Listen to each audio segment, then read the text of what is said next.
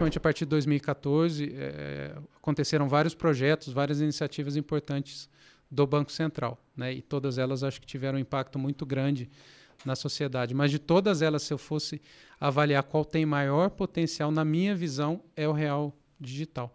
Não a moeda eletrônica em si, né? Eu até brinco com as pessoas, né? Às vezes alguém me pergunta, mas vai ser uma criptomoeda ou uma moeda eletrônica, né, para pagamento? Não, isso a gente não precisa, o Brasil não precisa, por quê? Porque a gente tem o conceito de conta digital e a gente já tem o Pix. Então a nossa moeda já, para a grande maioria das pessoas que está bancarizada, ela já é eletrônica.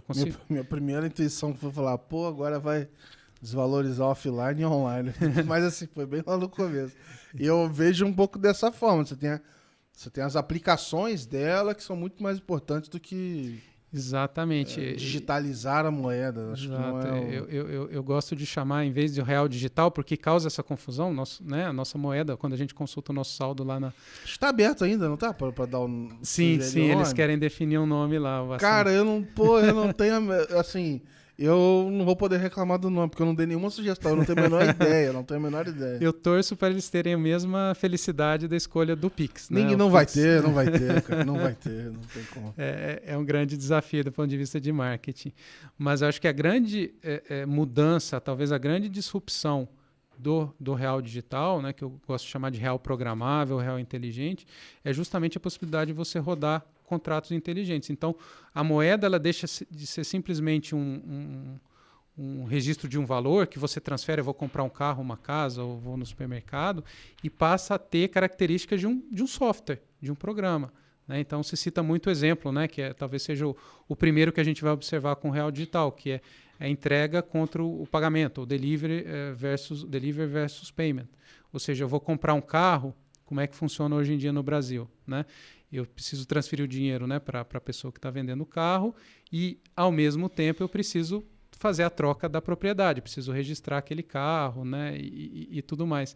Existe sempre aquela questão do ovo e da galinha, né? Quem faz primeiro, né? Eu transfiro para você o dinheiro, você transfere a propriedade do carro primeiro para mim, né? E o real digital, essa estrutura que está sendo desenvolvida pelo Banco Central de Smart Contracts, ela vai resolver esse problema, ou seja, na mesma transação financeira, você vai ter a transferência do dinheiro, né, do recurso para quem está vendendo, e a transferência da propriedade, seja um carro, né, uma casa, um token de um ativo financeiro.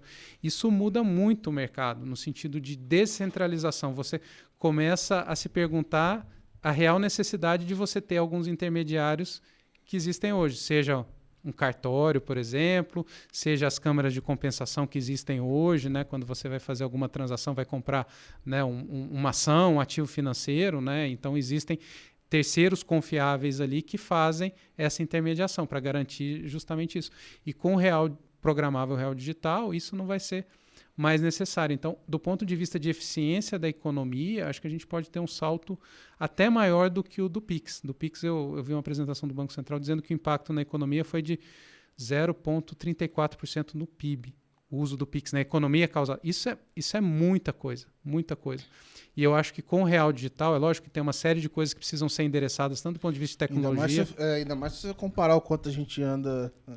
Tendo de PIB, vamos dizer assim, é muita coisa. Exatamente, 0,34 num crescimento de 1% ao ano é um terço do crescimento do país. Então, e o real digital, acho que ele tem esse potencial. Tem muita coisa em aberto ainda, do ponto de vista de tecnologia, jurídico, de negócio mesmo, mas eu diria que talvez seja a principal inovação dos últimos 20 anos. Eu consigo olhar, talvez o SPB ali com as TEDs, porque ali também mudou a forma da liquidação interbancária e tudo mais, mas esse projeto talvez tenha um potencial até maior. E lógico, ele vai estar muito integrado com o que está sendo feito, porque o real digital, eu vou comprar um carro de você. Beleza, teve a transferência lá do real digital, né? Vamos descobrir o nome em breve.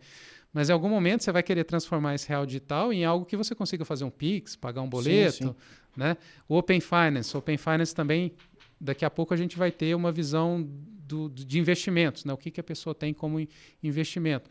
Eu vou poder, eventualmente, tokenizar um fundo de previdência, né? As cotas de um fundo de previdência, e colocar aquilo como uma garantia, um colateral de um contrato de empréstimo, de financiamento, né?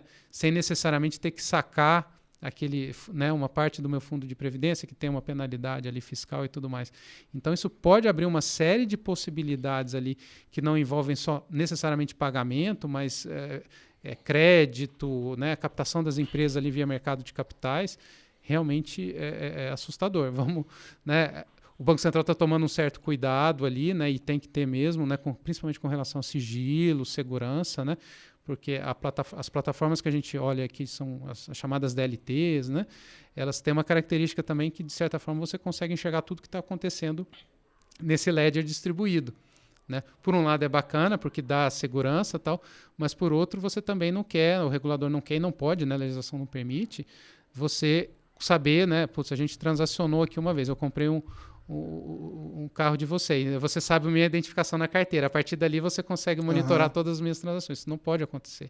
Então tem alguns desafios técnicos ali, mas já existem experiências em outros países de como contornar esse tipo de situação. Eu fico muito empolgado assim quando eu penso 10, 15 anos para frente, porque o que a gente está construindo de infraestrutura agora, até tinha visto um tempo atrás, um pouco dos ciclos, assim, né? Como é que algumas infraestruturas foram construídas, aí saiu um monte de empresa resolvendo problemas diferentes e mudando muito. Depois mais infra, mais empresa. Eu acho que a gente está no momento agora um pouco desse. Assim, a gente está fazendo muita infra interessante, diferente, e quando elas estiverem no jeito, a gente vai sair com um monte de coisa diferente no mercado. Então por isso que eu acho que quando a gente fala assim, pô, não tem nenhum caso matador e tal, eu acho que a gente está no momento meio que de plantar, assim. E beleza, vai sair uma outra coisa agora, mais de teste. Mas depois eu acho que vão surgir coisas que a gente nem estava cogitando ou não tinha visto no horizonte tão próximo de acontecer, assim.